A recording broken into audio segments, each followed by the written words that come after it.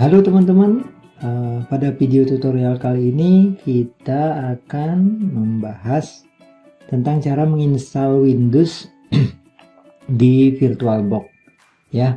Jadi fungsi Windows nanti mungkin kita bisa fungsikan sebagai klien saat kita men-setting sebuah jaringan atau koneksi jaringan router mikrotik umpamanya, nanti ada kliennya gitu ya. Oke, kita akan coba install Windows di sini. Teman-teman bisa persiapkan ISO-nya dulu. Jadi kalau kita mau install Windows XP ataupun Windows 10, Windows 8 gitu, kita harus siapkan ISO-nya dulu. Jadi bisa di-download di halamannya Windows Microsoft gitu ya. Atau pada link saya udah sematkan link di kegiatan pembelajaran awal ya, di sini di bit.ly smaksata tkj gitu ya. Jadi di sini seperti biasa, di sini ada mikrotik yang udah jadi, yang udah virtual machine, ada yang masih ISO.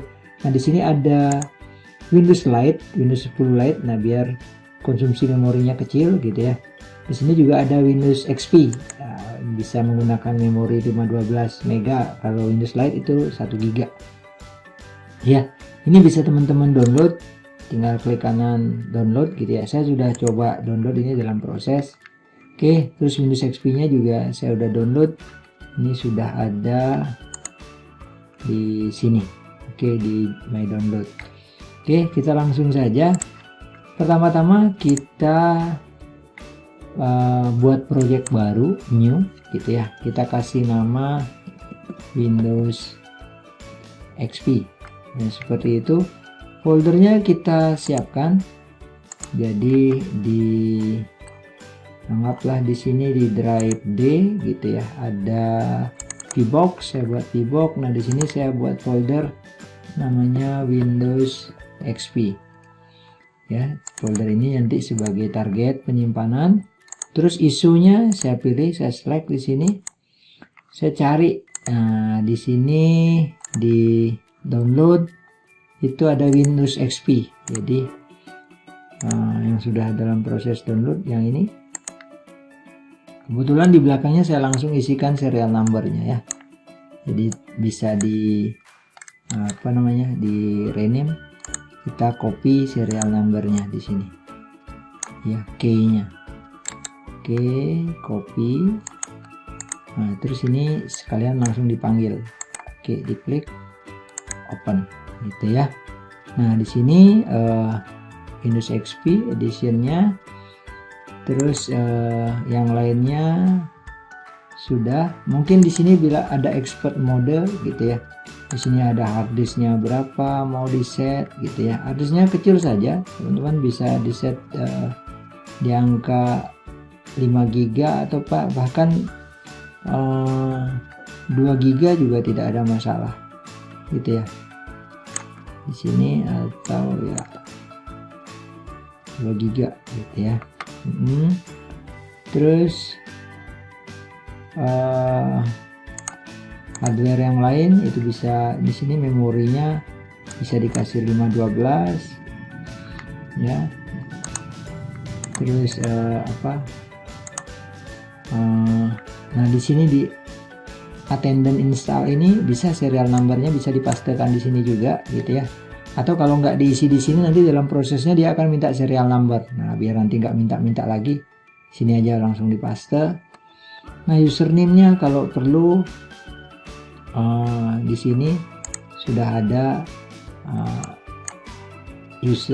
VBox user gitu. Kalau mau diganti admin juga nggak apa-apa ya. Passwordnya di sini Cingmi gitu ya. Cingmi biarin aja lah.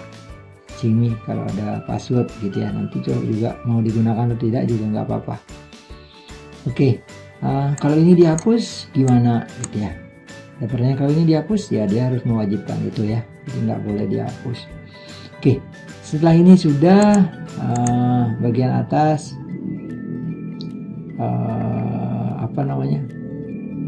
folder tempat penyimpanannya, operation systemnya ini tadi Windows XP gitu ya. Terus tadi tempatnya di sini saya ulang aja karena di advance mode gitu ya, di box Windows XP.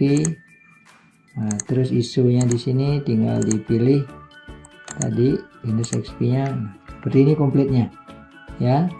Tadi attendance-nya sudah, hardware-nya sudah gitu ya. Jadi memorinya 12 GB, terus harddisknya cuma 2 GB gitu. Terus kita pilih finish. Ini untuk Windows XP ya teman-teman. Kalau Windows XP kecil aja 1 GB juga tidak ada masalah. Tapi mungkin terlalu ini ya, kita kasih spare 1 GB atau 2 GB atau 3 GB gitu, nggak ada masalah. Kalaupun toh dikasih di sini 5 GB, nggak ada masalah. Nanti kan yang ininya yang menyesuaikan dinamiknya yang menyesuaikan. Oke, seperti itu, tinggal finish. Sudah seperti ini, kita tinggal start. Nah ini pada dasarnya dia udah starting langsung. Kita tinggal tunggu karena di sini powering up gitu ya. Nah ini prosesnya, karena tadi kita udah masukkan key-nya, serial number-nya. Ini sebenarnya kita tinggal tunggu sampai selesai saja. Jadi nggak perlu tekan-tekan apa gitu ya. Kalau seperti dulu kan kalau install Windows XP tekan ini, tekan itu, tekan regional setting, change key dan juga time segala macam. Nah ini karena kita udah proses tadi key-nya di depan, dia akan langsung jalan saja. Oke, kita tunggu sampai proses selesai. Mungkin butuh waktu sekitar 15 menit lah kalau Windows XP, karena di sini kita menggunakan virtual ya. Kalau realnya dulu pada zaman tahun-tahun 99 gitu ya.